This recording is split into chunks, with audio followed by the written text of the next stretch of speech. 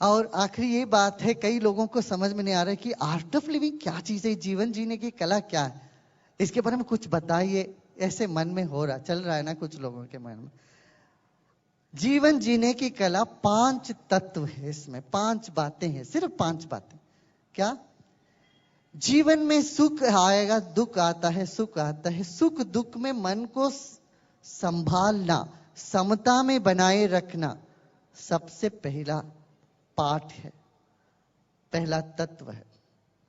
ये जरूरी है कि नहीं, बताओ? जरूरी है। अपने मन को संभालना है ना, सुख में चाहे दुख में मन को संभाल के रखना सबसे पहला। विरोधात्मक चीजें होती है, कभी हार कभी जीत, कभी लाभ कभी नुकसान, कभी खुशी कभी गम, ये आते हैं चले जाते हैं।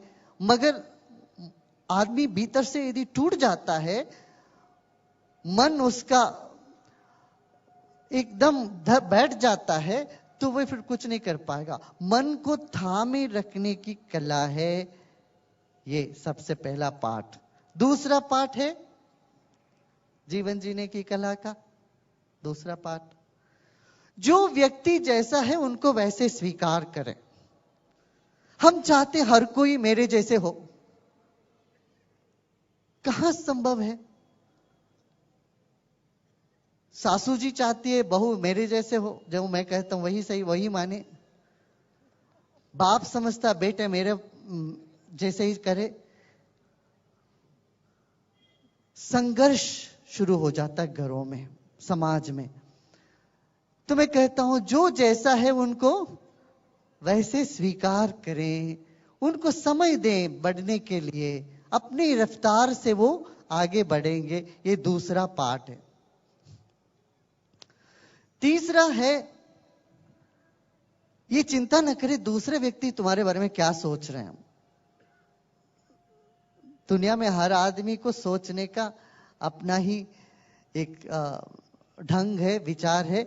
जो चाहे सोचने दें आपके बारे में, आप फिक्र मत करो दूसरे व्यक्ति हमारे बारे में क्या सोच रहे हैं। सोच सोच के आप दुखी हो रहे हो। कितने लोग इस तरह से दुखी होते हैं दूसरों के विचारों को देख करके। फालतू है, समय खराब है, इससे जीवन खराब है। जीवन बहुत मूल्यवान है, इसलिए मैं कहूंगा दूसरों के फुटबॉल मत बनिए। ये तीसरी बात। चौथी बात है, जब हमसे भूल होती है तो हम कहते हैं कि हम भूल हो गया जी क्या करें। पर कोई और करता हो तो हम कहते हैं इसने तो जानबूझ के करी। किसी और के भूलों पर हम समझते हैं इसने जानबूझ के करी। सो न करिए, क्षमा करें। ये ना सोचे दूसरा के हमसे माफी मांगे तब माफ करूंगा, मांगे ना मांगे, अपनी तरफ से सबको माफ कर दो कि आपका मन खाली हो जाएगा, आप खुश रह पाओगे, आप हल्का महसूस करोगे। नहीं तो जिसके ऊपर नफरत है वो दिन रात आपका मगज खाता रहेगा, वो व्यक्ति बैठ के, तुम वैसे हो जाओगे उनके जैसे। इसलिए मैं कहता हूं क्षमा कर दो, माफ कर दो।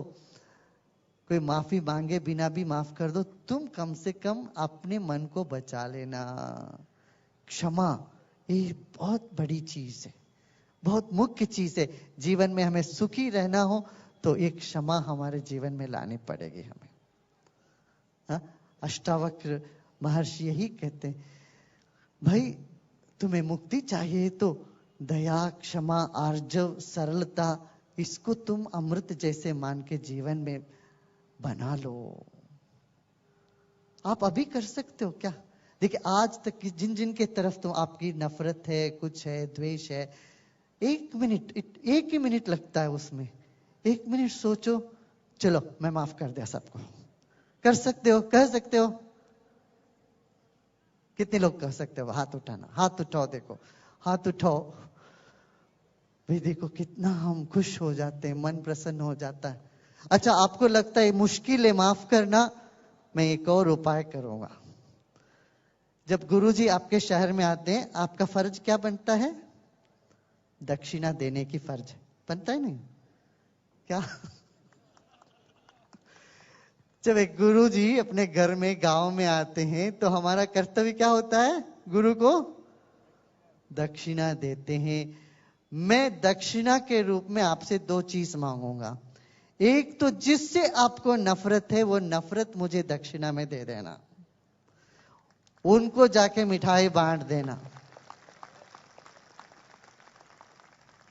और दूसरी बात, आपके मन में कोई चिंता सता रहा हो, वो चिंता को भी आप मुझे दक्षिणा के रूप में दे दो। अपनी चिंता मुझे दे दो।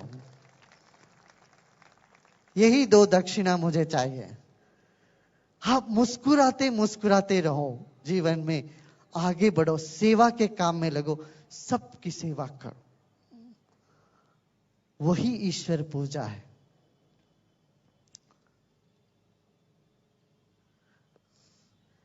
येन केन प्रकारेण यस्य कस्यापि देहिनां संतोषम जनयेत प्राज्ञा तदेवेश्वर पूजनम। ईश्वर की पूजा क्या है? किसी भी तरह से सब लोगों के मन में खुशी पैदा करो, संतोष पैदा करो, यही सबसे बड़ी ईश्वर की पूजा है। कितनी बड़ी बात, सुंदर बात कह दी हमारे पूर्वजों ने, है ना। और 5वीं चीज है, 5वां तत्व जो आर्ट ऑफ लिविंग का जो फाउंडेशन है, वो है वर्तमान में जीना। अब अब अब अब बीती हुई समय जैसा भी हुआ हो, उसको लेके पोस्टमार्टम करते हुए, विषाद करते हुए समय नहीं बिताना। हम 70-80% हमारा समय व्यर्थ करते हैं बीती हुई बातों को लेके। वो क्यों हुआ, कैसे हुआ, ये सब इंक्वायरी कमीशन बिठाते रहते हैं हम लोग। इसमें पैसा खर्च, समय बर्बाद, सब बीती हुई समयों को लेके अफसोस करते रहना मूर्खता है। बुद्धिमत्ता यही है जो बीत गई उससे पाठ सीखा, वर्तमान में खुशी से आगे बढ़े, वर्तमान में जियो। ये जीवन जीने की कला है। अच्छा, आप ये कहोगे गुरुजी ये सब सुनने में अच्छा है, जीवन में उतरना मुश्किल लगता है। तब मैं कहूंगा सुदर्शन क्रिया करो, प्राणायाम करो, देखो कैसे जीवन में ये सहजता से निखर आएगी।